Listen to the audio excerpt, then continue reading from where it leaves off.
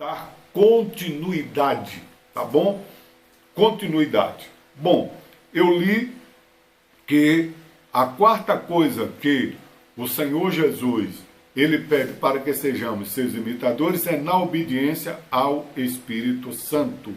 Ora, o apóstolo Paulo era guiado pelo Espírito Santo. O apóstolo Paulo obedecia ao Espírito Santo.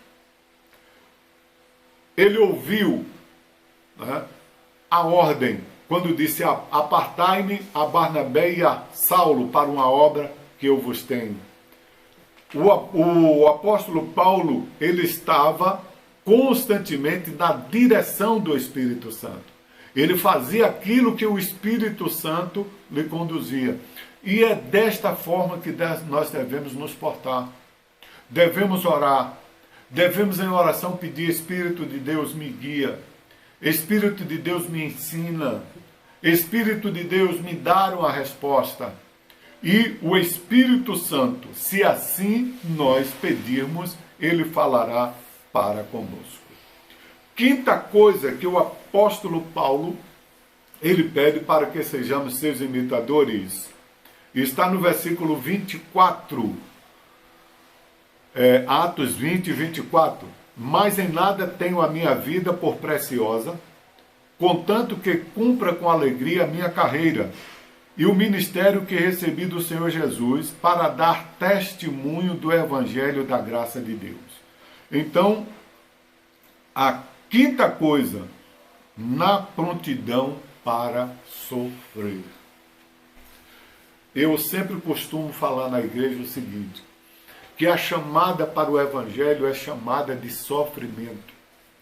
Antes do apóstolo Paulo ter o encontro com Cristo no caminho de Damasco, quando ele viu aquela luz, né, que brilhou mais forte do que o sol, e ele ouviu aquela voz do Senhor dizendo: Saulo, Saulo, por que me persegues? E ele pergunta: quem és tu, Senhor? Quem és tu? Eu sou Jesus Nazareno, a quem tu tanto persegues. Duro é para ti recalcitrar contra os aguilhões. Então o apóstolo Paulo, a partir daquele momento, antes ele era perseguidor do Evangelho. Ele estava indo para Damasco para perseguir os cristãos que estavam lá.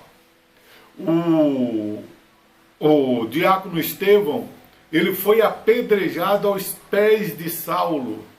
Ele consentiu no apedrejamento de Estevão.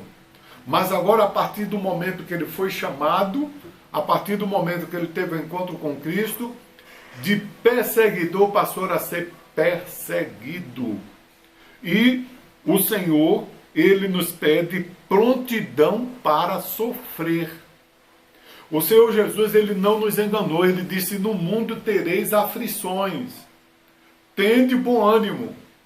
Estamos vivendo uma pandemia mundial. Vários países do mundo estão acometidos pelo Covid-19. Estamos dirigindo esse culto virtual, uma live do Facebook, a live no Instagram e também postando no YouTube, porque não estamos podendo estar no templo, estamos em reclusão social. Mas isso não pode, de hipótese nenhuma, abalar a nossa fé. Muito pelo contrário. Louvemos a Deus por esta ferramenta, pela internet que o Senhor está nos consentindo. Vários irmãos estão aí, estão se manifestando, estão falando, estão acompanhando. Estávamos com um grupo reduzido na igreja, mas não só foi 10 que orou das 7 às 19. Durante todo o dia tivemos vários irmãos em vários horários orando. No grupo, no máximo de 10. Estamos sofrendo? Estamos sofrendo. Eu, por exemplo, faço parte do grupo de risco. A gente se preocupa, bate o medo, mas nós devemos sim estar pronto para sofrer, né? E principalmente pelo Evangelho. A expressão aqui do apóstolo Paulo foi ele dizendo que estava indo para Jerusalém mesmo havendo profecias, que lá ele iria passar perseguições, que ele seria preso, mas ele não fugiu, ele foi para lá. Né? Então, no mundo tereis aflições. O Senhor, ele não nos prometeu paraíso aqui na terra. Aqui na terra vamos passar perseguições, passar por enfermidade, passar por lutas, até mesmo perseguições.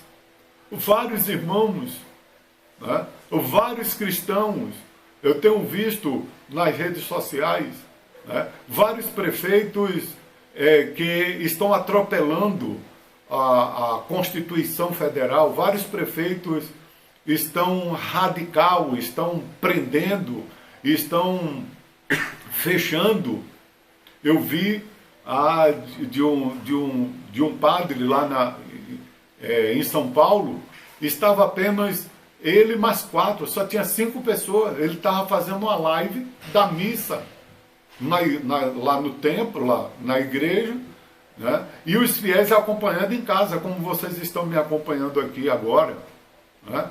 E veio o funcionário da prefeitura para acabar, né? Louvamos a Deus pela vida do nosso prefeito, né? Do nosso governador e de vários, a grande maioria. Isso, eu quero chamar a atenção de todos, que isso são exceções. A grande maioria dos prefeitos, a grande maioria dos vereadores, vou dar um exemplo aqui, o prefeito da cidade do Recife, no início da reclusão, mandou chamar os líderes, os pastores, até para conversar, para saber como fazer, né? Mas o sofrimento, ele está presente. E temos que ter consciência disso, que a chamada para o Evangelho é chamada para o sofrimento.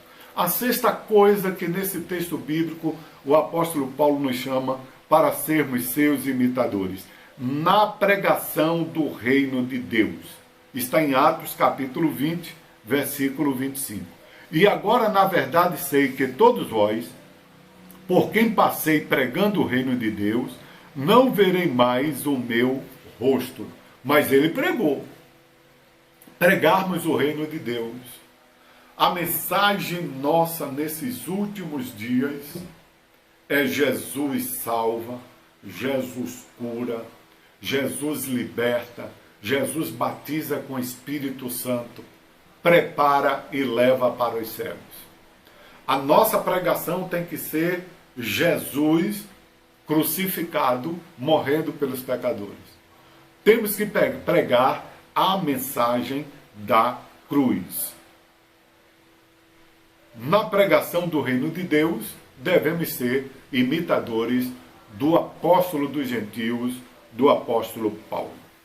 Sétima coisa pela qual o apóstolo Paulo nos chama para que sejamos imitadores dele.